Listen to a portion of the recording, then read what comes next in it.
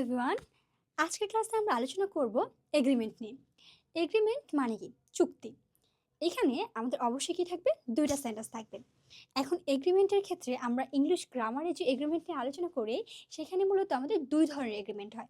একটা হচ্ছে affirmative agreement, আরেকটা হচ্ছে নেগেটিভ এগ্রিমেন্ট। অ্যাফার্মেটিভ এগ্রিমেন্টের ক্ষেত্রে আমাদের কীরকম বাক্য থাকবে? অবশ্যই অ্যাফার্মেটিভ বাক্য থাকবে বা হ্যাঁ বোধক বাক্য থাকবে। আর নেগেটিভ এগ্রিমেন্টের ক্ষেত্রে নেগেটিভ বাক্য থাকবে বা নেগেটিভ স্টেটমেন্ট থাকবে। সহজ কথায় বাংলা ভাষায় বলতে গেলে না বোধক বাক্য হবে। এখন আপনারা নিশ্চয় এত ছোট না যে হ্যাঁ বোধক বাক্য এবং না বোধক বাক্যের মধ্যে পার্থক্য বোঝেন না। আমি ধরে নিলাম আপনারা সকলেই যারা যারা ক্লাসটা করতেছেন তারা হ্যাঁ বোধক এবং না বোধক এই বাক্যগুলো চিনতে পারেন। চলুন শুরু করি। আমরা মূলত চারটা স্ট্রাকচারের মাধ্যমে খুব কম সময়ের মধ্যে কিভাবে এগ্রিমেন্ট মাথায় রাখা যায় এবং এক্সাম্পল সহ এই জিনিসটা আমরা দেখব। ওকে, প্রথমে আসি অ্যাফার্মেটিভ এগ্রিমেন্ট। অ্যাফার্মেটিভ এগ্রিমেন্টের ক্ষেত্রে আমাদেরকে মাথায় রাখতে হবে এখানে যেই দুটো ক্লজ থাকবে, অবশ্যই কি থাকবে? দুটো ক্লজ। এখন যারা ক্লজ ছিলেন না, ক্লজ হচ্ছে বাক্যাংশ। বাক্যাংশ কীরকম? ক্লজে একটা ফাইনিট ভার্ব থাকবে, একটা ফাইনিট ভার্ব অবশ্যই থাকবে, এর পূর্বে কি থাকবে? একটা সাবজেক্ট থাকবে, এটাই কি ক্লজ।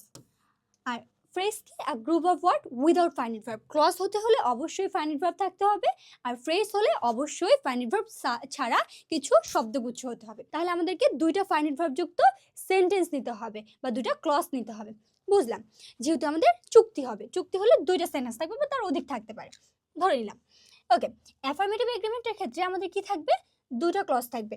দুটো ক্লজের ক্ষেত্রে প্রথম যে ক্লজটা থাকবে সেটা অবশ্যই কি হবে? অ্যাফার্মেটিভ হবে।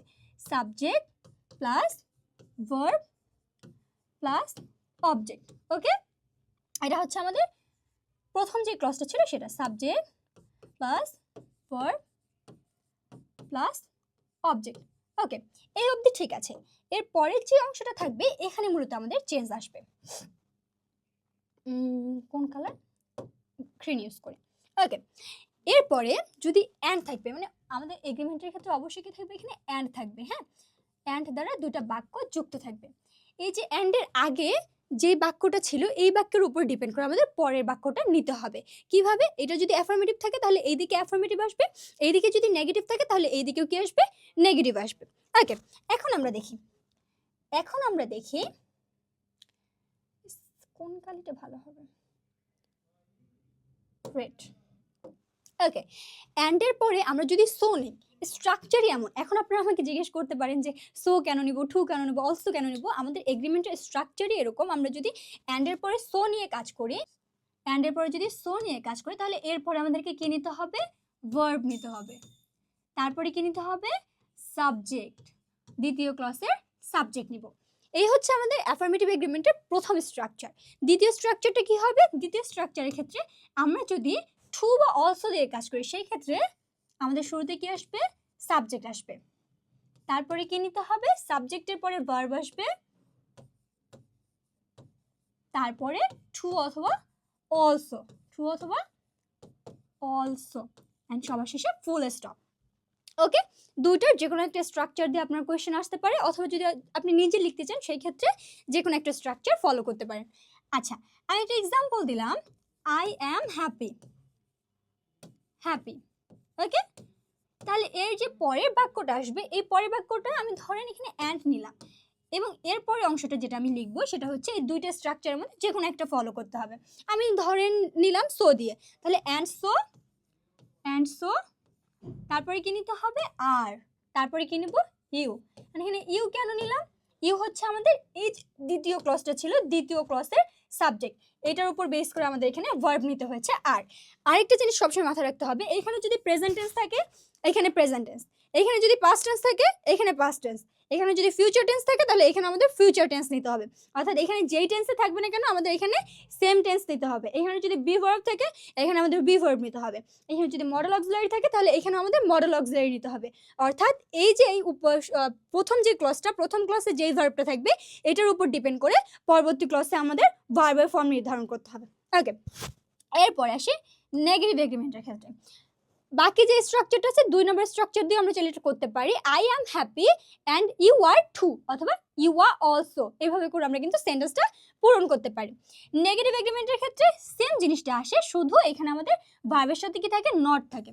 Subject plus verb, auxiliary verb হতে পারে, যে কোনো ভার্ব ধরলাম, ভার্ব প্লাস কি আছে, নট আছে। মেইনলি আমাদের এখানে অক্সিলারি ভার্বই থাকে। তারপর আবারও সাবজেক্ট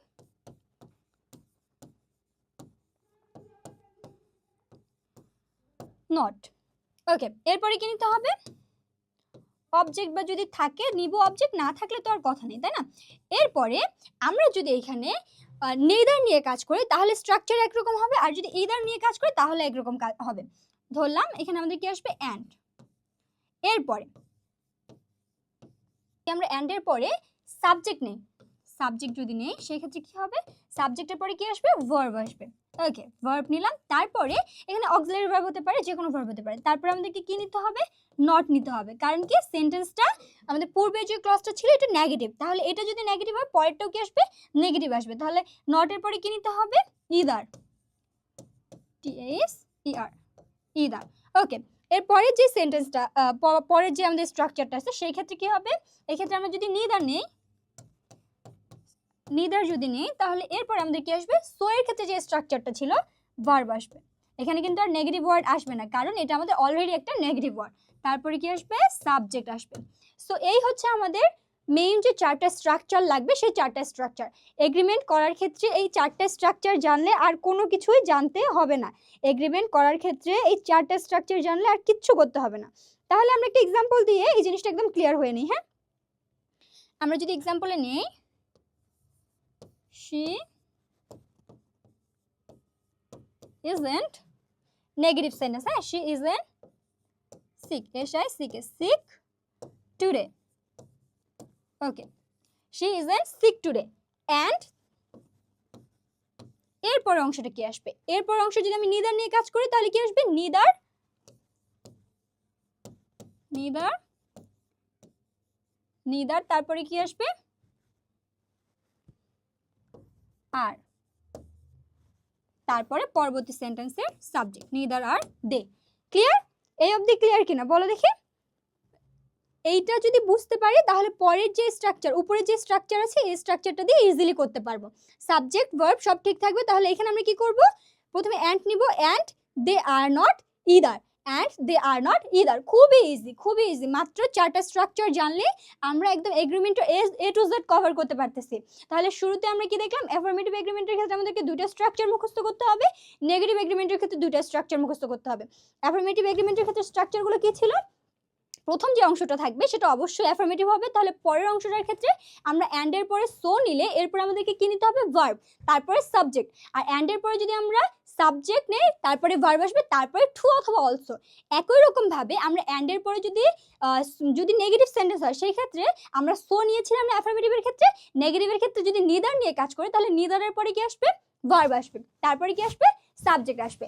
আর যদি ইদার নিয়ে কাজ করতে চাই তাহলে সেই ক্ষেত্রে আমাদের প্রথমে কি লিখতে হবে, সাবজেক্ট, তারপরে ভার্ব, তারপরে নিতে হবে কি, নট, কারণ কি সেন্টেন্সটা নেগেটিভ, নট, এরপর আমরা কি নিব, ইদার। সো এই হচ্ছে আমাদের মোট চারটা স্ট্রাকচার। এই চারটা স্ট্রাকচার যদি জানা যায় বা মুখস্থ করে রাখা যায় তাহলে কিন্তু আমাদের আর কোনো ঝামেলা থাকবে না, আমরা যে কোনো এগ্রিমেন্ট খুব ইজিলি করতে পারবো। আর একটা জিনিস অ্যাফার্মেটিভ নেগেটিভ বোথ এগ্রিমেন্টের ক্ষেত্রে কাজ করে, সেটা হচ্ছে এইখানে আমাদের যেই ভার্বটা থাকবে বা যেই ফর্মটা থাকবে ভার্বের, সেই সেম ফর্মটা আমাদেরকে দ্বিতীয় যে ক্লজটা থাকবে সেই ক্লজে নিতে হবে। এখানে যদি প্রেজেন্ট থাকে তাহলে এখানেও প্রেজেন্ট, এখানে যদি পাস্ট থাকে তাহলে এখানেও পাস্ট, এখানেও ফিউচার থাকলে এখানেও ফিউচার। অর্থাৎ আমাদের প্রথম যে ক্লজটা থাকবে এই ক্লজের উপর ডিপেন্ড করে আমাদের পরবর্তী ক্লজে কি নিতে হবে, ভার্বের ফর্ম নিতে হবে। সেটা পাস্ট হলে পাস্ট, সেটা ফিউচার হলে ফিউচার, সেটা প্রেজেন্ট হলে প্রেজেন্ট। জাস্ট এইটুকুই। এই চারটা স্ট্রাকচার মাথায় রাখলে আশা করি আর কখনোই কখনোই যে কোনো ভর্তি পরীক্ষায় কখনোই এগ্রিমেন্ট নিয়ে কোনো রকম কোনো ঝামেলায় পড়বা না বা পড়বেন না। আমি জানি না ক্লাসটা কোন শ্রেণীর মানুষ করতেছেন, যেই করেন না কেন, আপনি যদি BCS এর জন্য প্রিপারেশন নেন, আপনি যদি অ্যাডমিশনের জন্য প্রিপারেশন নেন, সব ক্ষেত্রেই এই চারটা রুলস মাথায় রাখলেই আর কোনো কিছুই পড়তে হবে না, এগ্রিমেন্ট থেকে 1 মার্ক আপনি নিশ্চিত পাবেন। সো এইভাবেই শর্টকাট রুলসের মাধ্যমে আমাদের সবগুলো গ্রামাটিক্যাল টপিক যদি শেষ করতে চান তাহলে আমাদের পেজে ফলো দিয়ে রাখবেন।